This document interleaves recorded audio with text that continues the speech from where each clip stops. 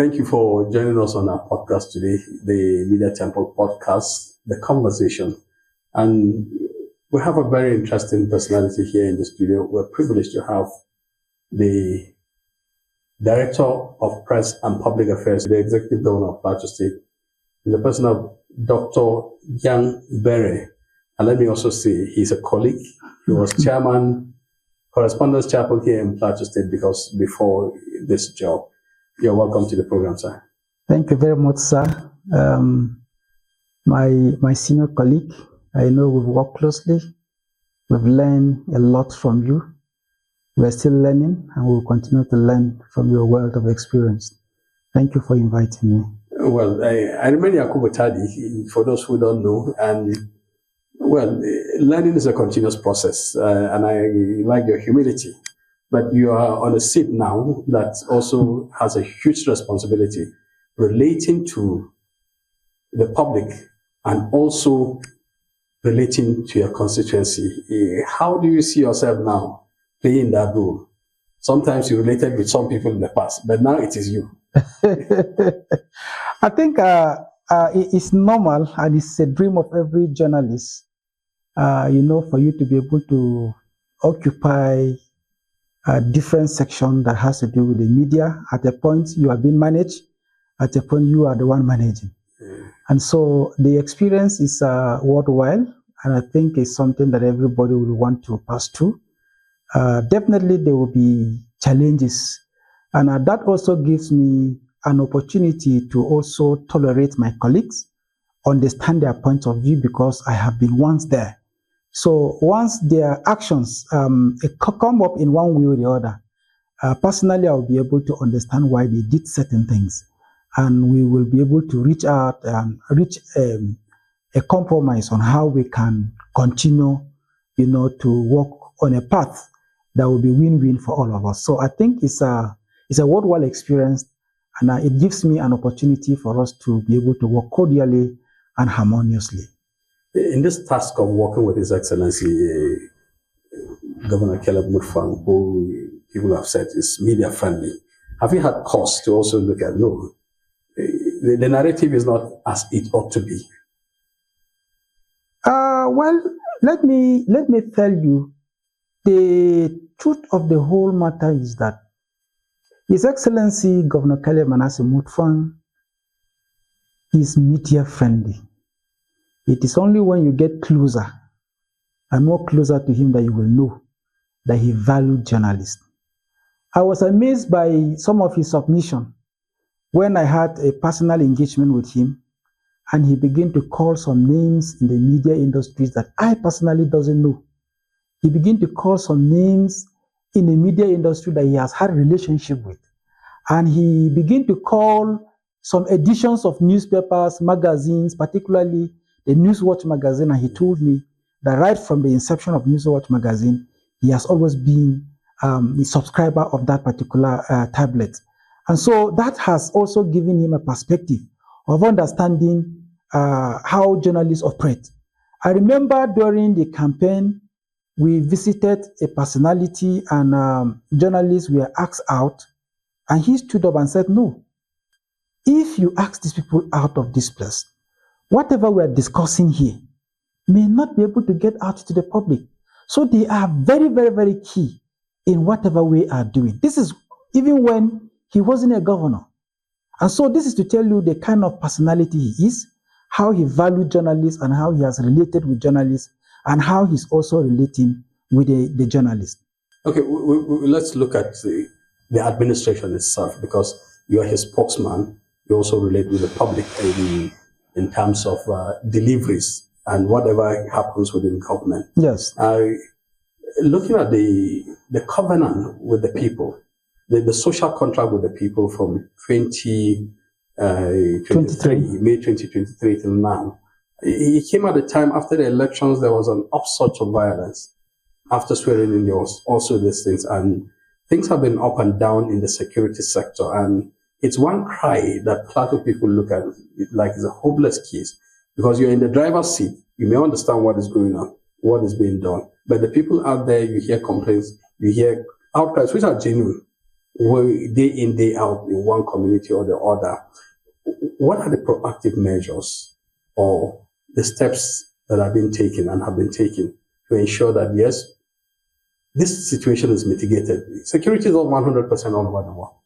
But mitigation of the situation, that's what people want.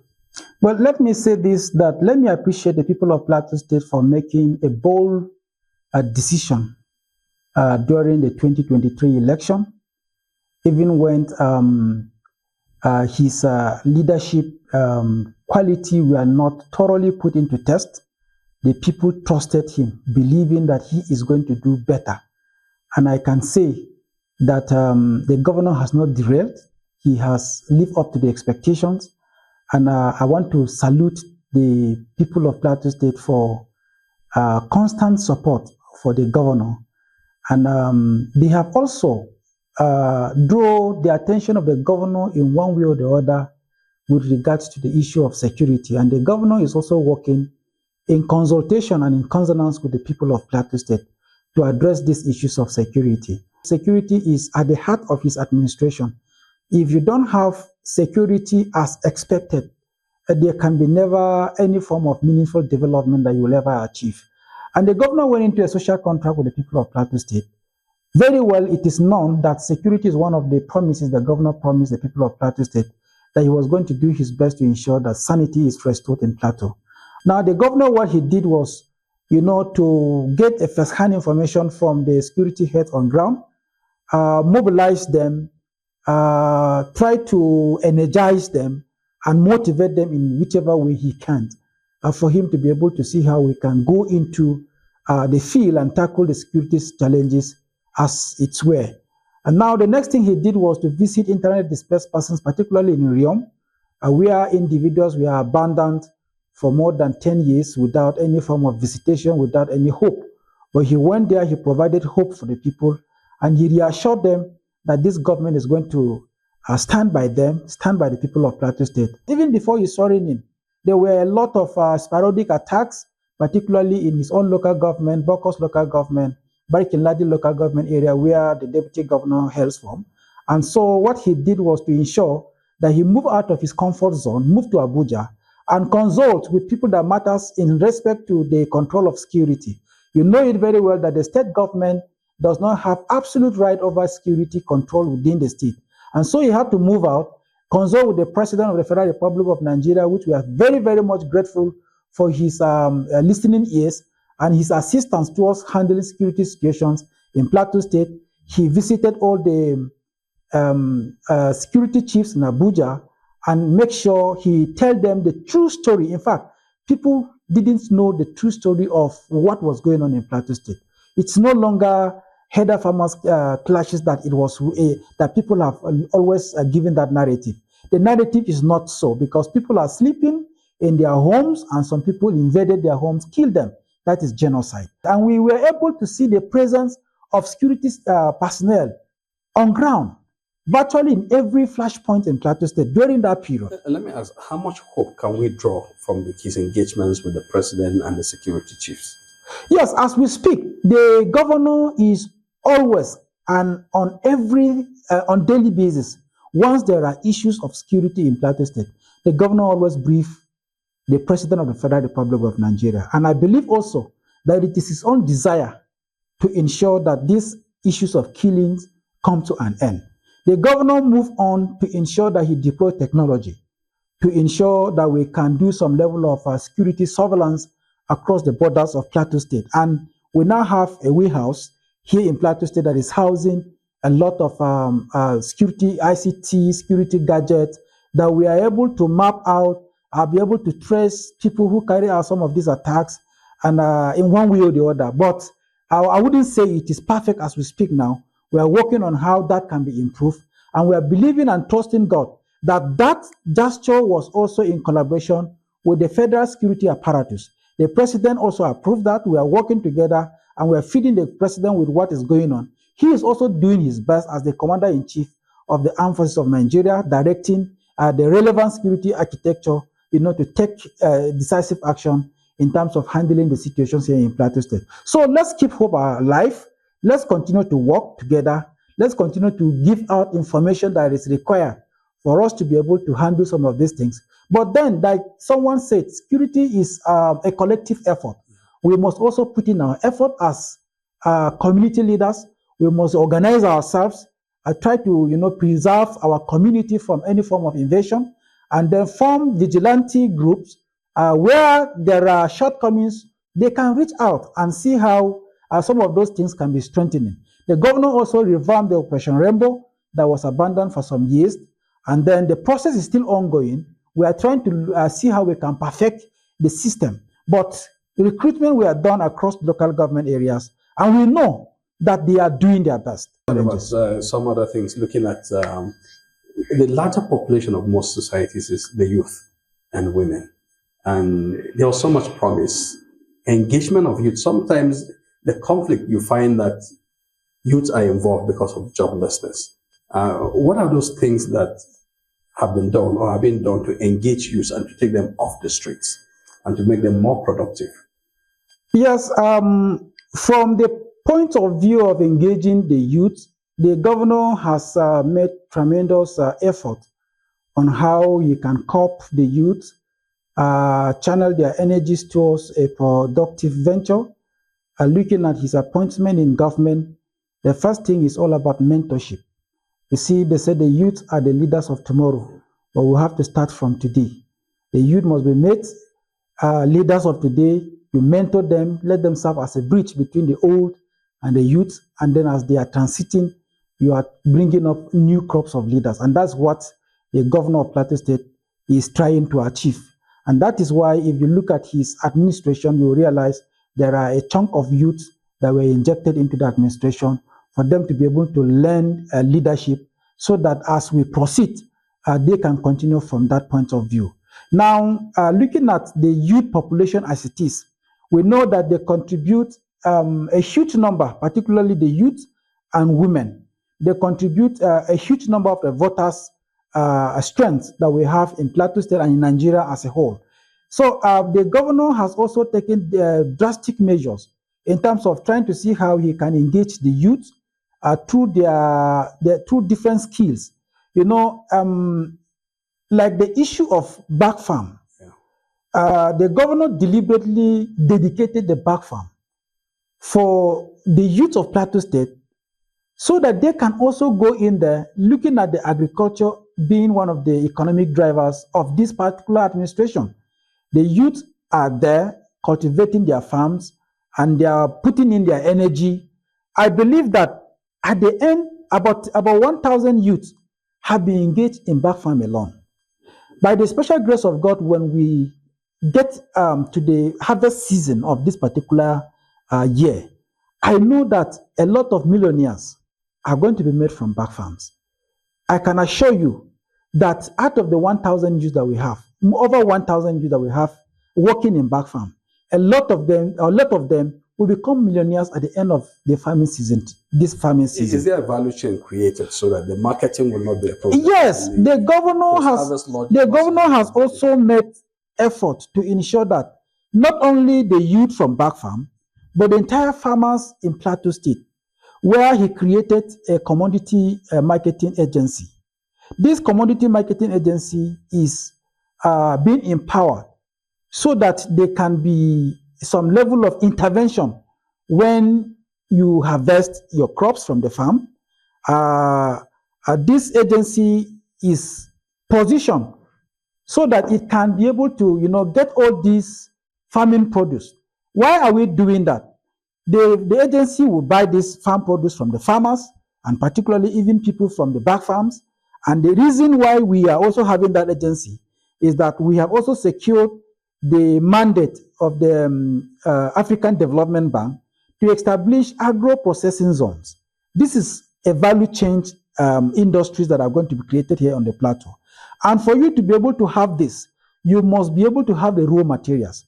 What our farmers are producing, particularly from our farming communities across the 17 local government areas, and looking at the intervention even from the back farms, I can assure you that this will enable us have enough of raw materials that these agro-processing zones, once they take off, we are going to also have these raw materials that they can also use. So this commodity agency, marketing commodity agency, is on ground now. Last year, I think they purchased farming produce worth more than over 2 billion naira. So these things, we are doing it deliberately so that farmers in the state can also have value for what they are producing, and that will enable them remain, into the market. They can also go back and cultivate for the food security that we are looking for. So for the youth, this is one of the perspectives that we are trying to ensure that they become economically self-reliant. So the governor is working in that direction to ensure that a lot of youth engage into the agricultural sector. Now we also have skills acquisition through the micro plasmida. They are doing a lot in that particular area. I know of intervention of this MNC, this microfinance development agency. There are a lot of individuals that have been grouped into, they have been formed into groups, and they are also being given interventions for them to be able to boost their own personal business. So we are looking forward to how people can be reorganized. People can be reorganized into different skills. The Bank of Industry is also there.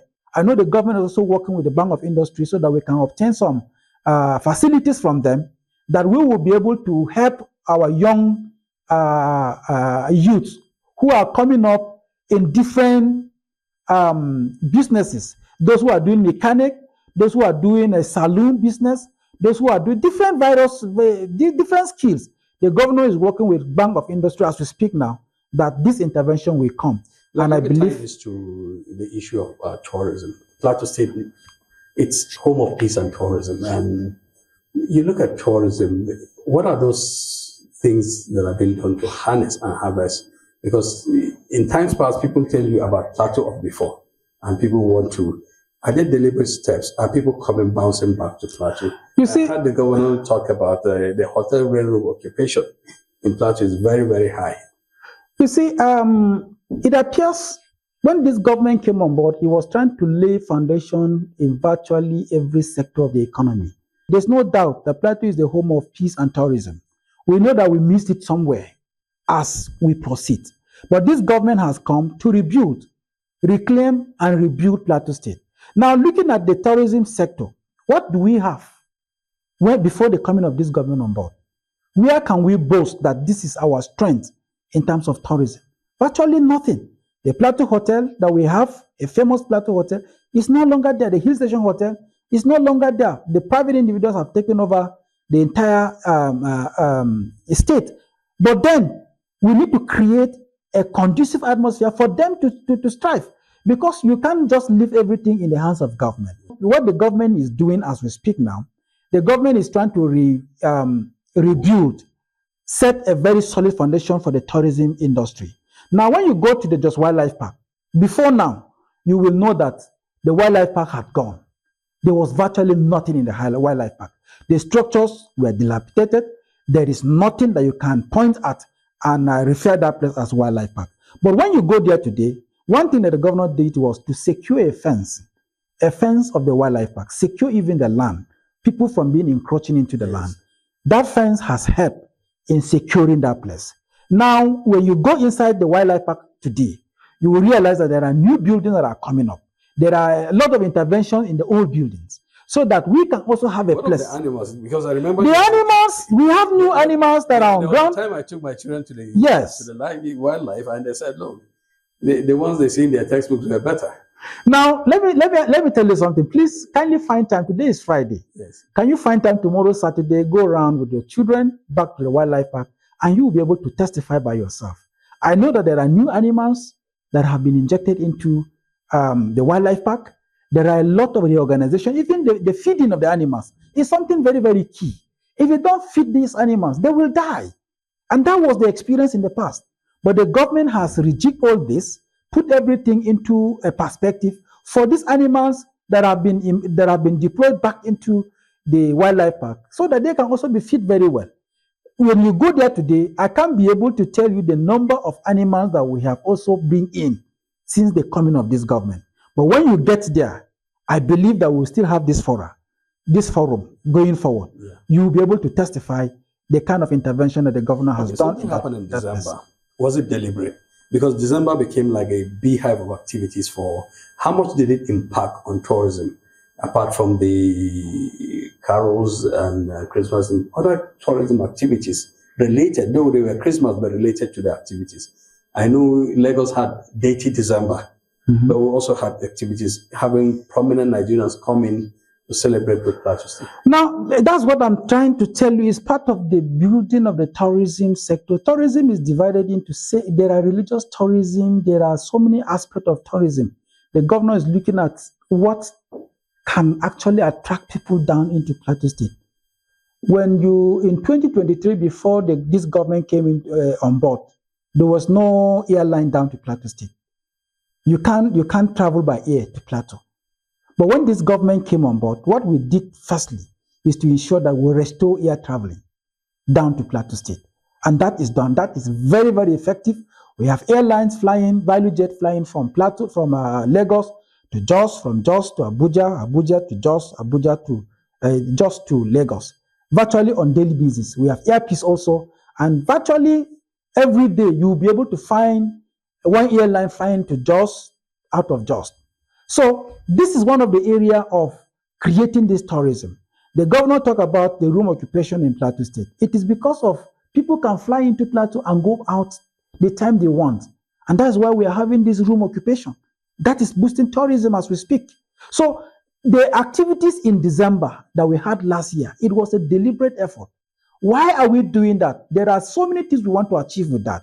We want to tell people that Plateau State is a home of peace and tourism. People can come into Plateau and go back. The stories before now is Plateau is a killing field. But we are saying no. While we are working on how we can restore security in the rural communities, we want to also let people know that they can come into Jos, do their business transaction, add to the economy of Plateau State, and go back to where they are going. As long as you have your genuine business to carry on a plateau, Plateau people will welcome you. Plateau people will want to associate with you. And that is why today we can attest to the fact that people are coming into Plateau State more than as it used to be. We've had several and many national events in Plateau State. We've hosted so many big organizations here in Plateau State since we came on board. But before now, people will say, no, we don't want to hold our conference in just because of insecurity. But because of the atmosphere that the governor has created, people are willing to come down to Jos, host their 1, 2, 3 days meeting, and go back to wherever they are going. So the issue of tourism is something that the government is taking very, very serious. The government is investing resources, is investing time, is working on how to change the narrative that people should know that Jos is not what it used to be. In fact, it was a deliberate effort to demarcate Jos through some stories that are not even realistic.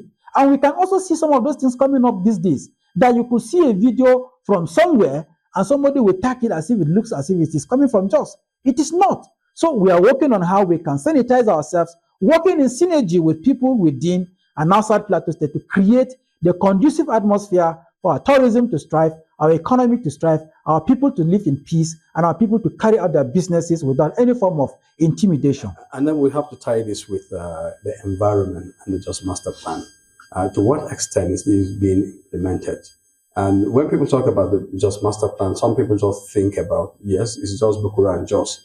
But beyond that, there are also developments coming up outside this Bukura and Jos.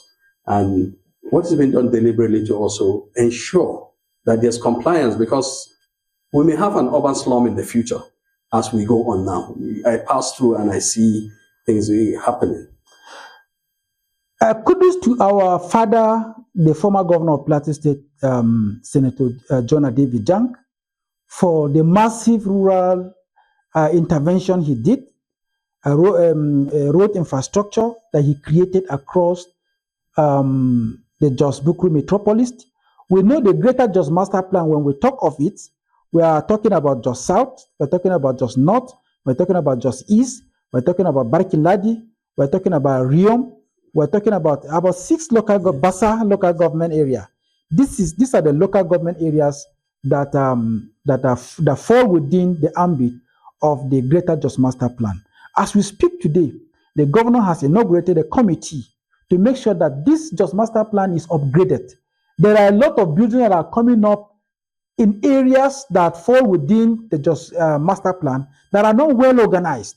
And so this committee is actually working as we speak. Before now, the JMDB was quiet.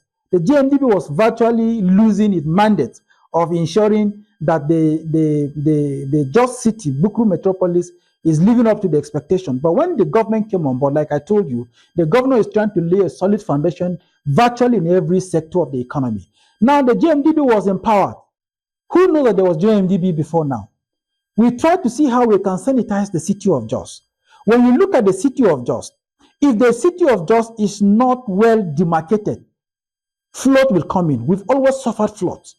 And this is one of the reasons I want to appeal to the people to comply with the directives of JMDB so that we will not have this flood. Building must be done in consonance with the law. You have to obtain your building plan. You must make sure that you don't build on waterways.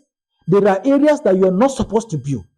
Please, let's comply that we will live in safety. So when this government came on board, the JMDB was given the mandate, was armed for them to be able to carry out their statutory mandate.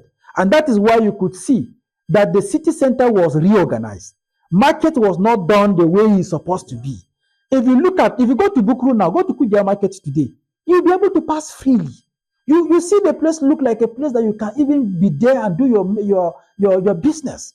Before now, a lot of atrocities are carried out in some of those areas. It was actually chaotic. And you could also see that we're not praying for it. If there are an unforeseen circumstances there, you can imagine the casualties that we're going to record. But when you go there today, government has put in place a strategic framework that people can move in freely and come out freely, carry out their businesses. You can also see that there are markets that the GMDB has also built within the Bukuru market, where you can rent your shop, carry out your business, you have the number of your shop, you can even advertise. Government is also working on creating neighborhood markets. Neighborhood market is part of the strategic plan of government to take away all the shanties that we have around the city center. You can move to a location and have a neighborhood market where you can buy your vegetables, you can buy your corn, you can buy artillery, anything that are selling there, oranges. You can go to that place and shop and go out.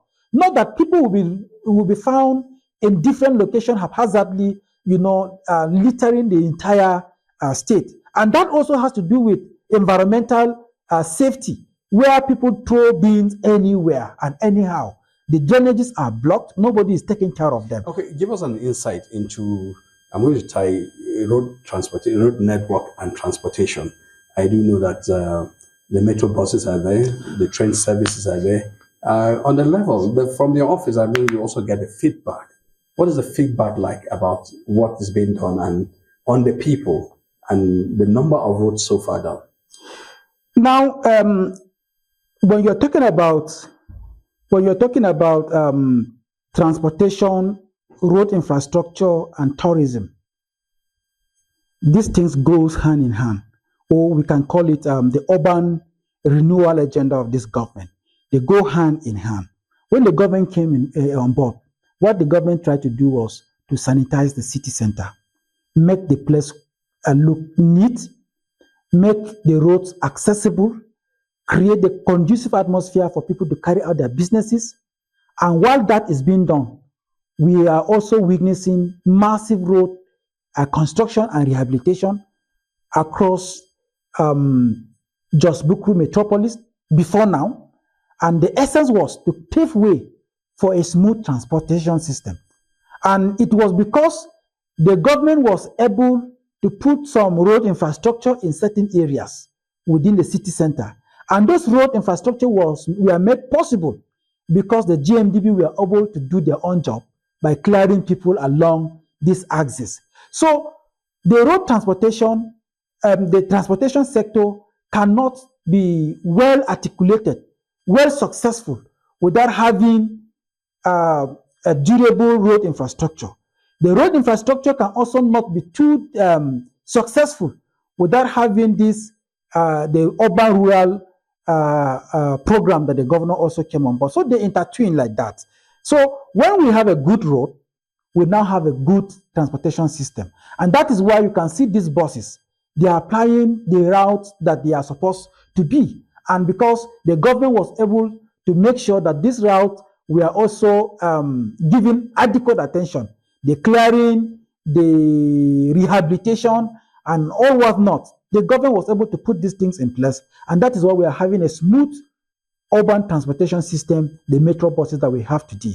There is no any form of palliative that government will ever give people that is more than these metro buses, because people who patronize these metro buses on daily basis, for a month, they save more than 50,000 naira. Because if you are to follow the conventional taxi that we have, you spend more than 2, 3, 4, 5,000 naira in a day. But you spend 200 naira to go to wherever you're going, and then 200 naira to go back to your destination. So in a day, you spend like 400 naira on transportation. So when you save the amount you are supposed to spend for a month, you will realize that you're saving more than 50 or to 60,000 naira in a month. Looking at even the rail line that was revitalized, the essence of the revitalization of the rail line was to create a channel, because the government has signed an MOU with Nigerian Airport Authority so that we can revitalize the Yakubu Gowon Airport into a cargo international airport. So this rail line will help us in conveying people, conveying goods down to the airport. From the airport, they can be exported to wherever they will be. The government is also working on trying to create Plateau market in UK, Plateau market in Abuja, Plateau market across the globe where it is conducive for us. That our vegetables here in Plateau State can also find a place in those markets for people to get fresh vegetables from the farm and to their homes. These are the kind of plans that the government has done. And as we speak today, some of these things are coming into reality, because it is a plan that you may not have it done within a specific period of time as it is. But it is a gradual thing, and it is manifesting gradually by the special grace of God. We are going to have this thing done, and Plateau will be good for it. Okay, thank you very much. In over 2 years, 2.5 years, so to say, in office, I know your office is strategic. What is the feedback? What are you hearing from Plateau people? There are discordant tunes. It's politics. Yes. You would also understand there must be criticisms here and there. And how does government take those criticisms? And what are you hearing from Plateau people? Are they clapping? Well, let me tie it to another issue so that you take them together. The PPC, Plateau Publishing Company, was established by the late J.D. Gombo, and PRTV by late Chief Solomon Nar, to give Plateau people a voice. And looking at these two institutions, what are they deliberate interventions to make them play that role? Because we have the marketing Plateau, you have tools at your disposal, and what is the plan for these two institutions to rise up and meet those challenges? We are glad that we have the individuals that we have them appointed or heading or leading such organizations as we speak today. The general manager of Plateau Publishing Corporation is a co-professional.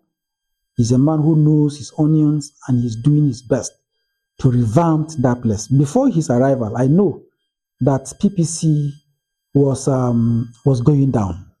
I won't say it has gone down, because we also had people there who were also struggling to ensure that that place is sustained. They have done very, very well, and I can applaud them for the sustenance of that place. But as we speak today, when you go to PPC, if you pick a copy of the Nigerian standard, compare it to what it used to be in the last 4 or 5 years, you will realize that there's a difference. There's a difference in terms of the production. There's a difference in terms of the layout. There's a difference in terms of the content. There's a difference in terms of the reorganization of that place. And so I believe that we are going somewhere. I know very well that the governor has planned to revamp that PPC. There's going to be, he's working towards seeing how we can relaunch PPC, or the Nigerian standard newspapers, to become a voice, not just for Plateau State, but a voice for the Middle Belt, the voice for the North Central. We know the prominent role that the Nigerian standard had played in terms of shaping governance in Plateau State. The governor is willing and is determined to restore the lost glory of the Nigerian standard. And the kind of management staff that we have on board today, colleagues who are also contributing to ensure that the place regain its place. A lot of things are going to be, will come up soon by the special grace of God. Okay, that's a cheering news. I retired from PRC, and so I would want to hear something about that. Yes, the PRC. Let me add this: that there was a plea about infrastructure and manpower for the two institutions. Yes. The issue of manpower, I can tell you that as soon as possible, I need to be very, very sincere and honest to myself. That whatever I am saying, I should be responsible. I should be able to take ownership of my words. I should be able to take responsibility of my words. But I want to assure you that in terms of manpower, as soon as possible, there shall be a turnaround in the two institutions, particularly the Nigerian standard, that has been there without quite a number of staff. Only few people are working there. But I think that by the special grace of God, the management will be mandated, will be given they will be empowered, to make to bring in some hands that will boost the content of that particular outfit. The same thing with the Plateau Radio Television Corporation. I was with the GM of recent, and I know that something good is also coming in terms of boosting the morale of the organization, in terms of even the outreach. I believe that a lot of things are being done, and I know new equipment will be brought on board so that the services can be more durable and quality. So let's wrap up this conversation. I've asked you about the feedback. We're also talking about 2027. Talking about feedback. Yes. Let me tell you something. We treasure the people of Plateau State. We cherish the people of Plateau State. We can't take this government under the leadership of Mr. Caleb Manasseh Mutfwang will not take the people of Plateau State for granted. If wishes were horses, everything that the people demands, the governor will offer them.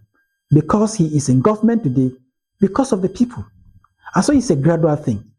Talking about feedback, we've received feedback, sharing feedbacks.